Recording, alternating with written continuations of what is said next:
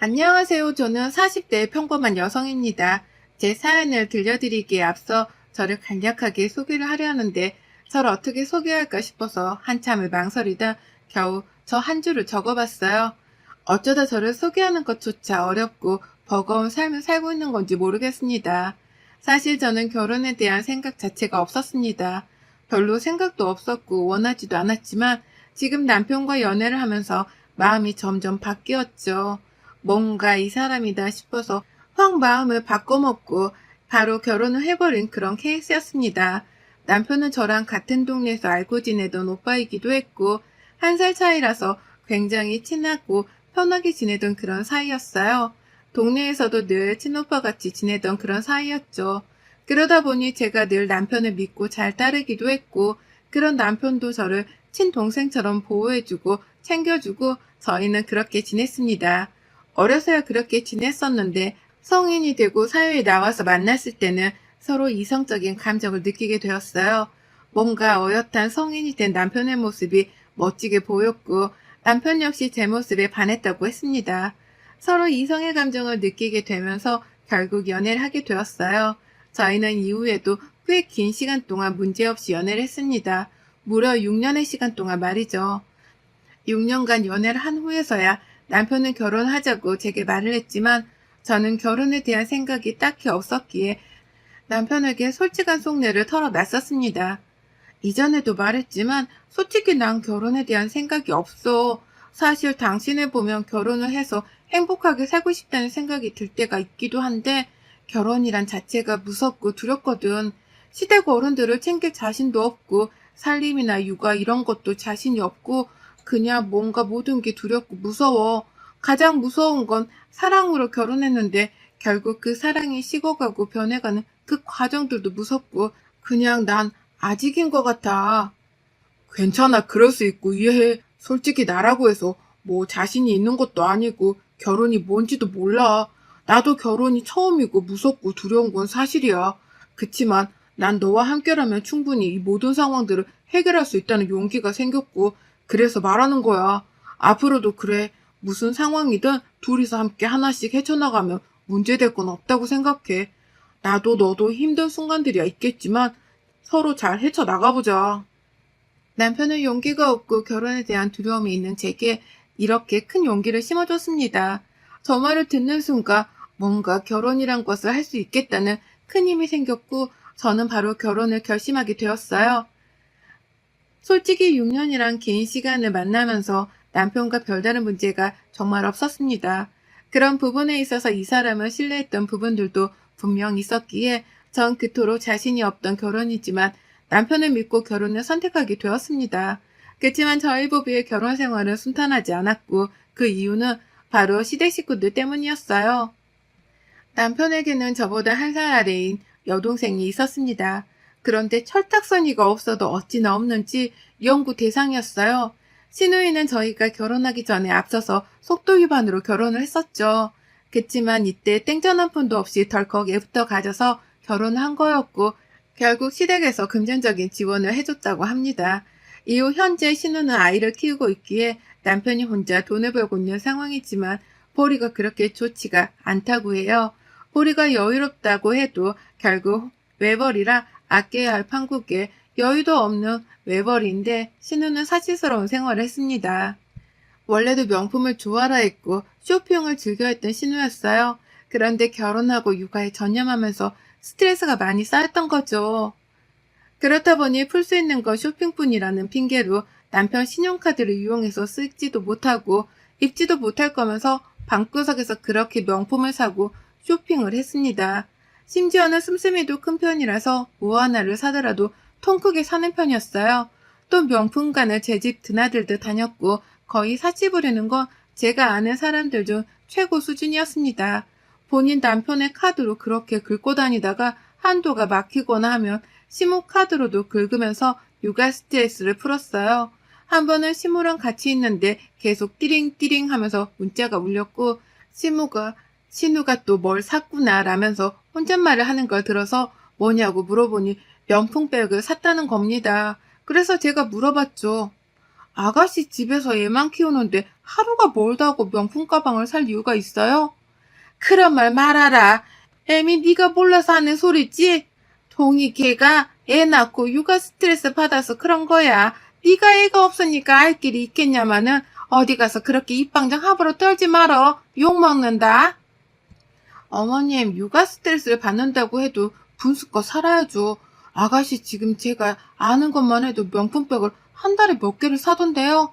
말릴 건 말리세요. 어머님도 여유 없으셔서 저희한테 돈도 빌려달라고 하셨잖아요. 그래서 하는 소리예요. 정작 카드값 갚으실 돈 없으셔서 허덕이시면서 아가씨는 저렇게 사치 부리는 게 말이나 됩니까? 지가 오죽 답답하면 저러겠니? 냅둬라 그냥. 말해봤자 시모는 말이 통하지 않았습니다. 오로지 본인 딸내미가 스트레스 받아서 그런 거니 냅두라는 거죠. 솔직히 저도 상관하고 싶지 않았어요. 그치만 신우가 저렇게 사치를 부리면서 시모가 돈이 쪼달리고 결국 저희에게 자꾸만 손을 벌리니까 그게 싫어서 참견을 안 할래야 안 할 수 없는 상황이었습니다. 솔직히 까놓고 말해서 어린 나이도 아니고 30대의 나이에 애를 키우는 엄마가 어떻게 아직도 본인 친정엄마 카드로 먹고 살고 거기다가 사치품까지 친정엄마 카드로 그렇게 쓰는 건지 이해가 되지 않았어요. 막말로 시모가 여유가 있으시면 이해라도 됩니다. 그치만 시모도 여유가 없고 그걸 뻔히 알면서 저러니까 이해할 수 없었죠. 본인이 만약 이렇게 저렇게 살아보려고 발버둥을 쳐봤지만 생활이 너무 어렵고 방법이 없어서 도움을 받는 거라면요. 누가 뭐라고 하겠어요? 그치만 그런 것도 아니었고 그냥 신우가 너무 한심해서 대꾸하고 싶지도 않았습니다. 그래서 거리를 두고 지냈어요. 친하게 지내고 싶지도 않았기에 최소한의 접촉과 대화만 했고 불필요한 접촉과 대화는 일절하지 않았습니다. 약간 말투나 행동 자체도 사람을 약올리며 열받게 하는 그런 뉘앙스를 풍기기 때문에 너무 열받았거든요. 그래서 길게 말하면 제가 늘 화가 났기에 늘 짧고 굵게 얘기하려고 했습니다. 신우의 말투는 이런 느낌이에요. 에? 새언니, 이거 뭐야? 어디 거예요? 이 가방? 아, 그냥 시장에서 산 거예요? 아니, 새언니는 돈도 잘 벌면서 대체 왜 이런 시장 바닥에서 산 것 같은 가방을 들고 다니지? 언니는 돈 벌어서 어디다 써요? 다 알아서 써요. 새언니, 아끼다 똥 되는 거 모르나 봐요? 아니, 그렇게 짠손이로 살면 너무 힘들겠어. 세상에 이쁜 명품이 얼마나 많은데, 그리고 오늘 죽을지 내일 죽을지도 모르는데 맨날 왜 그렇게 궁상맞게 산대? 난 진짜 언니처럼은 못 살아. 그리고 남자들도 언니처럼 돈 아끼는 여자는 궁상 딴다고 싫어하니까 이혼당하기 싫음 좀 팍팍 써요. 반대로 사치 부리는 된장녀도 싫어하니 아가씨도 조심해요.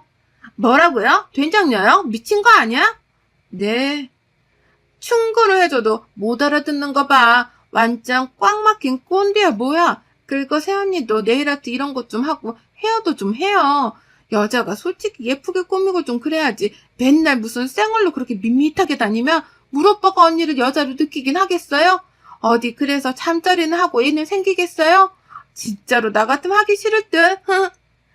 아가씨 더 할 말 있어요? 아참 오빠한테 고맙다고도 전해줘요. 이번에 오빠가 2천만 원 준 덕분에 급한 불 잘 껐다고 전해줄래요?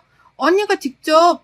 언니가 그렇게 아껴봤자 어차피 의미도 없으니 언니가 그냥 쓰고 사세요. 그게 무슨 소리예요? 2천만 원을 왜 줘요? 이번 달에 쇼핑 좀 오버했더니 카드값 완전 난리 나서 오빠한테 달라 했죠. 근데 달라는 김에 아예 여윳돈도 좀 달라니까 주던데요. 신우는 꼭 이렇게 사람을 슬슬 약올리듯 말을 했습니다. 안 그래도 대화하는 내내 짜증이 나 있었는데 마지막 2천만 원의 뚜껑이 확 열렸어요. 이때가 시댁에 있는 상황이라서 큰 소리를 낼 수 없었기에 우선은 꾹 참고 집에 가서 남편에게 물어보려고 참았습니다. 그런데 시댁에 있는 내내 신우는 일부러 저러는 건지 눈치도 없이 저를 자꾸 살살 긁었고 시모도 거들었어요. 엄마, 나 궁금한 거 있는데 혹시 엄마는 내가 새언니처럼 막 찌질하고 궁상맞게 그렇게 살면 좋겠어? 엄마는 그런 거 정말 딱 싫어. 돈도 쓸 줄 아는 사람이 벌 줄도 아는 거야. 죽을 때 싸들고 갈 것도 아니고 내내 그렇게 치고 있는 게 답이 아니라고. 그리고 통이 너는 애초에 엄마가 언제 돈 모으라고 압박한 적 있냐? 늘 너 하고 싶은 거 하고 살으라고 했지? 안 그래? 새언니가 말한 대로 사치 부리는 된장녀가 되려면 우리 엄마 가정교육을 욕하는 꼴인데 어떻게 아직도 그렇게 생각하는 건 아니죠? 뭐? 사치 부리는 된장녀? 누가 너한테 그딴 소리를 했어? 아, 새언니가 아까 나한테 그러더라고. 사치 부리는 된장녀라고. 진짜 깜짝 놀랐잖아?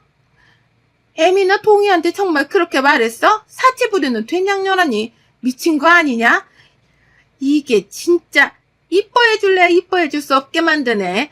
네가 뭔데 남의 집 귀한 딸내미한테 된장이네 뭐네 하고 있어? 내 새끼 내가 돈 쓰라고 카드 쥐어주는 건데 네가 뭔데 난리야 어? 그래 너 지금 보니까 내가 니들한테 카드값 갚으려고 돈 좀 빌렸다고 이랬나 본데 더럽고 치사하게 하루빨리 갚을 테니까 딱 기다려라. 아주 콩팥을 떼서라도 갚을 테니까. 어머님 앞뒤 상황을 쏙 빼고 아가씨 말만 듣고 지금 너무 일방적으로 저한테 뭐라고 하시는 거 아닌가요? 아무 말도 안 했는데 제가 혼자 저렇게 말을 했겠어요? 저야말로 서운하네요. 신우는 진짜 여우 중에서도 상여우였고 덕분에 시모에게 면전에 대고 욕을 아주 먹었습니다. 너무 열받았어요. 제가 저 때 진짜 어이도 없고 열도 받았지만 무엇보다 신우랑 두 번 다시 긴 말을 섞나보자 이를 악물었습니다. 그리고 집에 돌아와서 시댁에서 어떻게 겨우 먹었던 과일 그 몇 조각을 다 토해버렸어요. 그리고 남편과 대화를 했습니다. 당신 나한테 숨기는 거 있지? 말할 기회를 줄 테니까 그냥 자초지종을 나한테 설명을 해줘. 내가 당신한테 숨기는 게 어딨냐? 돈 얘기고 숨기는 거 있잖아. 말해줘. 없다고. 기회를 줘도 못 받아먹니 당신은?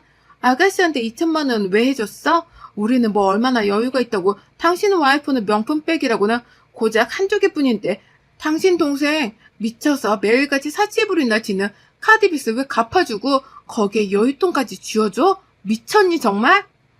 아니 너무 힘들다고 하길래 보내준 거야.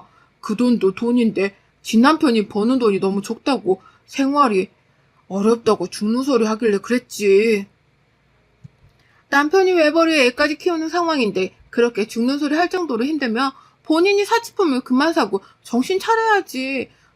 동생이 그걸 못하고 정신 못 차리면 오빠인 당신은 돈을 쥐어줄 게 아니라 정신 차리게 도와줘야지. 순서가 그게 맞지 않나? 그리고 우리 이제 부부인데 이런 일은 나랑 미리 상의를 하고 같이 결정했어야지. 그래 정말 미안해. 앞으로는 독단적으로 결정하고 행동하지 않을게. 생각이 짧았어. 특히 아가씨한테는 더 이상 돈 해주지 마. 죽는 소리를 하든 죽는다 하든 절대로 해주지 마. 결국 다 사치품이잖아. 남편에게는 신신당부를 했습니다. 두 번 다시 돈을 보내주지 말라고 말이죠. 그래도 불안했지만 우선은 그렇게 해뒀어요. 조금 대화하다 화가 났던 건 남편이 본인이 모은 돈에서 준 건데 어떠냐는 식으로 초반에 말을 해서 화가 났습니다. 이후에도 이게 반복이 될까 싶어서 진짜 초장에 잡자는 마인드로 정말 세게 나갔고 세게 말을 했어요. 행복할 줄 알았던 결혼 생활은 정말 숨쉬기도 벅찰 정도로 힘들었습니다. 웃음이 많았던 저는 점점 웃음이 사라졌고 웃는 게 뭔지 기억이 가물가물해질 정도였어요. 그러다 어느 날 신우에게 전화가 왔고 다짜고짜 제가 집인지를 물어보더니 저희 집으로 오고 있다는 겁니다. 갑자기 왜 오냐 물어보니까 본인이 급한 일이 생겨서 애를 데리고 오고 있으니 애를 봐달라는 거죠. 그런데 이날이 주말이었고 제가 약속이 있어서 나가려고 준비를 하던 중이었어요. 그래서 제가 이렇게 갑자기 그러면 어쩌냐고 저도 약속이 있어서 나가려고 준비 중이라고 했더니 아 그럼 낮잠 잘 시간이니까 재우고 나가던가요. 대신 문제 생기면 제 책임이라는 겁니다. 그러더니만 정말 황당하게도 막무가내로 밀고 들어왔고 아이를 툭 맡기고는 도망가듯 나갔어요. 너무 열받았지만 결국 저는 이 아이를 놓고 나갈 수가 없었기에 약속을 급히 취소하고 얘를 봤습니다. 미리 양해를 구한 것도 아니고 심지어 약속이 있다는데도 무시하고 얘를 놓고 도망가듯 나가는 저 모습은 이해 불가였어요. 어떻게 저렇게 개념이 없을까 싶었습니다. 근데 갑자기 초인종이 울렸고 신우였어요. 뭐지 싶었는데 본인이 너무 급하게 도망 나가다 가방을 놓고 간 겁니다. 때는 이때다 싶어서 신우를 잡고 현관문을 제 등에 쥐고 서서 말했어요. 아가씨, 지금 이게 무슨 태도예요? 다짜고짜 애를 데려와서 봐달라고 하질 않나? 약속이 있다는데도 무시하고 애를 놓고 가질 않나? 뭐 하는 거예요?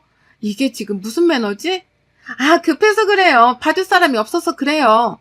그건 아가씨 사정이고 내가 왜 그런 사정까지 이해해줘야 하죠? 당장 데려가요. 심지어 저는 얘 분유를 어떻게 먹이는지도 기저귀 어떻게 갈아주는지도 아무것도 모르는데 이런 저한테 얘를 그냥 맡기고 가면 어떡해요? 아, 진짜 그냥 좀 봐달라니까. 말 존나 많네. 뭐라고요? 존나? 막 가자는 거니 너 지금? 신우에게 당장 얘를 데리고 나가려고 했으나 결국 존나라는 말까지 사용해가며 화를 막 냈습니다. 누가 보면 제가 잘못한 줄 알 정도로 말이죠. 결국 그렇게 신우를 겨우 쫓아냈고 전 이미 약속이 취소되었기에 집 청소나 하면서 쉬고 있었습니다. 그때 시모에게 전화가 왔길래 대충 예상을 했죠. 그새 또 쪼르르 가서 고자질했구나 싶었습니다. 혜미 너는 애가 어쩜 그렇게 싸가지가 없냐 어? 네가 애를 안 낳아봐서 모성애도 없고 뭐고 없는 건 알겠는데 하루를 파달라는 것도 아니고 잠깐 파달라는 게 어렵니? 그게 그렇게 어려워서 나가라고 그 난리를 친 거야? 어머님, 제가 사전에 말도 없이 이미 저희 집에 오고 있었고 저는 약속이 있어서 나가려고 준비 중이라고 말을 했는데도 다 무시하고 막무가내로 와서는 아이만 놓고 도망가도 나간 건 아가씨예요. 이게 A인가요? 그리고 제가 애 엄마면요. 기저귀도 갈 줄 모르고 애 분유 먹이는 방법도 모르는 저 같은 사람한테 불안해서 단 30분도 애 못 맡겨요. 안 그래요? 어차피 낮잠 잘 시간이었다잖아. 그딴 걸 다 떠나서 네 신우가 파달라면 파주는 거지. 뭘 그렇게 싸가지 없이 굴었냐 이 말이지 나는. 싸가지 없이 군 건 제가 아니라 아가씨죠. 존나라는 말을 쓰면서 선을 넘질 않나? 안 그래요? 어머님, 저를 잡들이 하시려거든 그럴듯한 이유로 하세요. 조용히 안 해? 애미 너 CM 이야기를 개똥으로 알지? 아주 웃기고 웃음냐? 너 당분간 주말에 네 신우 바쁜 일 있으니까 그때마다 애 좀 봐달라고 하면 봐줘. 알겠어? 시모는 너무 뻔뻔하게 제게 신우애를 그것도 주말마다 봐주라고 했습니다. 진짜 화가 났어요. 그런데 더 웃긴 건 정말 주말마다 신우는 시간도 불규칙적으로 본인의 애를 저희 집으로 데리고 왔습니다. 원래 남편이 주말마다 당구를 치러 나가곤 했고 그럼 저는 집에서 홀로 쉬거나 친구들을 보러 나갔어요. 그런데 집에 애가 와 있으니 이도 저도 못하고 너무 스트레스를 받아서 남편에게도 나가지 말고 애를 보라고 했습니다. 애는 죄가 없으니 예뻤어요. 그치만 신우와 시모가 너무 싫었습니다. 그런데 주말마다 애를 맡기고 대체 뭘 하는 건지 이상했어요. 똑같은 시간에 애를 맡기는 거면 이해라도 하겠는데 매번 시간도 다르고 대체 뭘 하는 거지라는 생각이 들었습니다. 신우가 분명 또 이상한 짓을 할 거라는 생각이 들어서 저는 캐보기로 했고 충격적인 사실을 알아냈어요. 알고 보니 신우는 바람을 피고 있었습니다. 그런데 단순 바람도 아니고 시모도 이 사실을 알고 있었고 둘이 결혼을 시키려고 아주 난리도 아니었어요. 딱 봐도 귀티가 나는 게 여유가 있는 남성분처럼 보였습니다. 그러니 시모와 신우가 홀딱 빠졌겠죠.